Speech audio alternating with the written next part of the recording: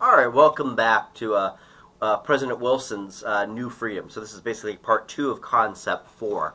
So Wilson's New Freedom consisted of a three-point program designed to foster the interests of the small capitalist, right? So he was for small business owners, rhetorically and in policy. So he wanted a lowered tariff to deny the trusts an unfair advantage. Two, he wanted to change the banking structure to make credit more available to small businesses. And three, he wanted new trust legislation to prevent big business from squeezing out small competitors.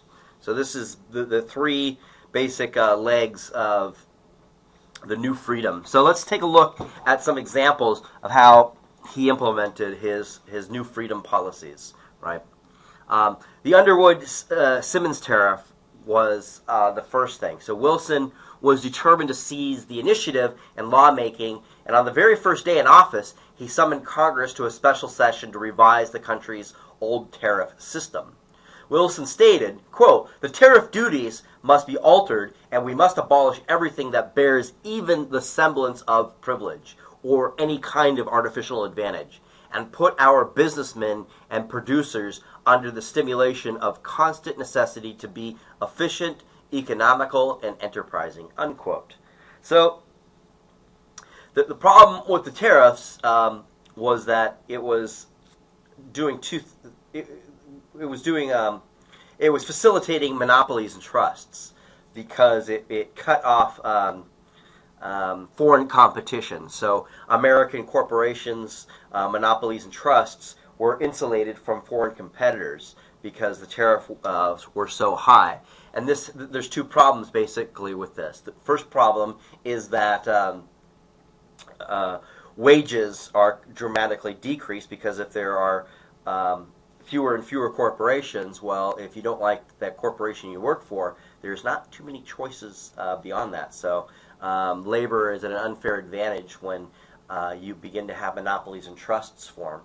Also, it's not good for prices for consumers, right? Because there's fewer competition, so the corporations can begin charging whatever they want.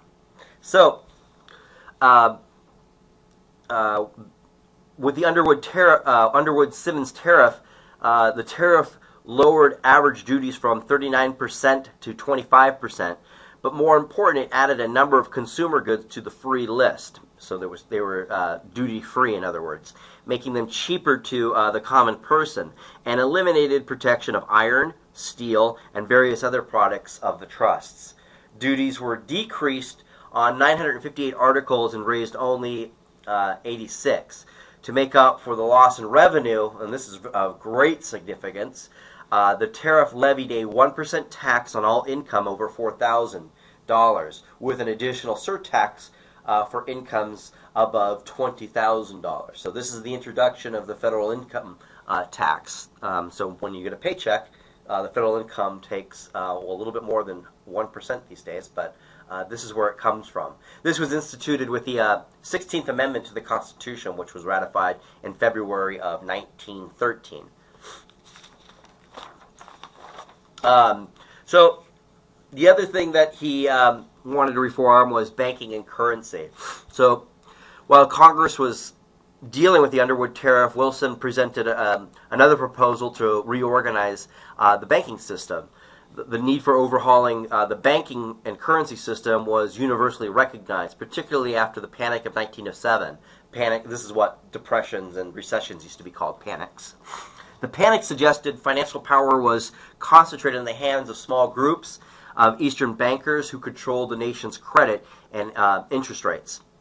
For example, the Morgan and Rockefeller interests held 341 directorships of 112 corporations, with capitalization of over $22 trillion in money back then. So we're talking an enormous imbalance of wealth and power in the hands of just a couple of guys. So all within Congress agreed something had to be done. But of course you have different factions that are going to rise up. So the conservatives wanted to kind of go back to the old Bank of the United States, which was 80% privately owned. The liberals insisted that the power to issue notes and control the banking system should be exclusively governmental. So the liberals win out. Under Wilson's leadership, the Democrats passed the Federal Reserve Act of 1913. Under the act, the country was divided into 12 districts, each with a Federal Reserve Bank owned by the member banks, commercial banks. Upon joining the Federal Reserve System, commercial banks were required to purchase shares of stocks in the Federal Reserve Bank in that district. Basically, what the Federal Reserve System changed the American banking system from a privately owned and privately controlled to a privately owned but a publicly controlled system of banking. The best definition of the Federal Reserve System is that it is a banker's bank. Everything an average person does at a bank does at the Federal Reserve Bank. There are two major ways in which the Federal Reserve System can exercise control over a member bank, a commercial bank, right? The first is through the reserve requirement. The member banks were required to subscribe 6% of their capital to the Federal Reserve Bank, which would be their reserve. This percentage would be raised or lowered when in need of currency. The commercial banks can, within limits, draw upon these reserves. The second method of control is through the discount rate. The discount rate is the interest rate that banks are charged by the Federal Reserve to borrow money from its system. For example, if the discount rate the Federal Reserve charges banks is 6%, then the banks would have to charge the consumer 9 to 10%, right? Right now, the Federal Reserve System is charging basically 0%. This is why interest rates are incredibly low these days. An important function of the Federal Reserve Bank is to provide facilities for the collection of checks or clearing checks for its member banks. Checks received by individuals or businesses and cashed at their bank are cleared through the Federal Reserve Bank in their district. The law authorized a new type of currency, the Federal Reserve Notes. A function of the Federal Reserve Banks is to put into circulation the Federal Reserve Notes, which constitute the bulk of the economy's paper supply. The other aspect of New Freedom, regulation of business. So, as soon as the tariff and the banking reform bills were disposed of, Wilson appeared before Congress to ask for legislation on trust and monopolies in January 1914. Congress responded with two bills. The first, the Clayton Act, was designed to prevent the development of monopolies. The act prohibited discrimination in prices which might tend to lessen competition or to create monopolies. The act aimed at plugging the worst loopholes in the Sherman Antitrust Act. The laws attempted to state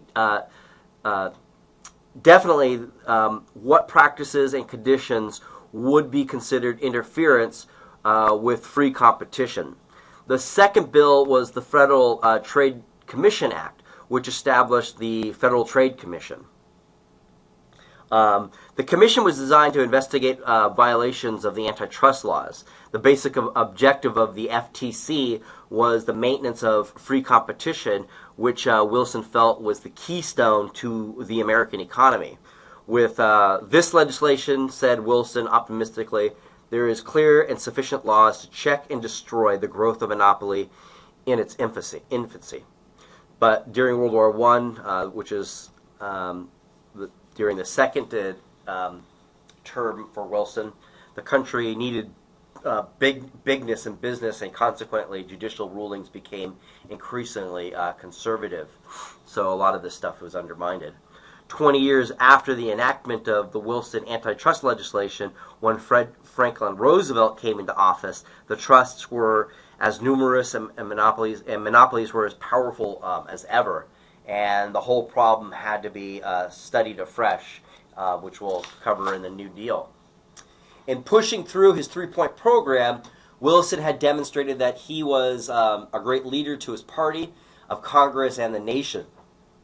Wilson had asserted presidential leadership in two ways. He had converted a states' rights party to a type of enlightened nationalism. And two, he convinced the average citizen the government was at last his servant. And he made it clear that progressivism transcended party lines. So that concludes my lecture on the progressivism. I'm going to have you guys watch a film on the women's suffrage movement. I have it in 12 parts. It's pretty low quality, though, so I suggest renting it from Netflix or Blockbuster or wherever you're able to rent DVDs. Our library has a couple of copies. The film is called Iron-Jawed Angels, so I suggest watching it at home. Again, it's low qualities, and it's in 12 parts, and it's the next concept. So make sure you take a look at that. All right, I'll talk to you guys later. Take care.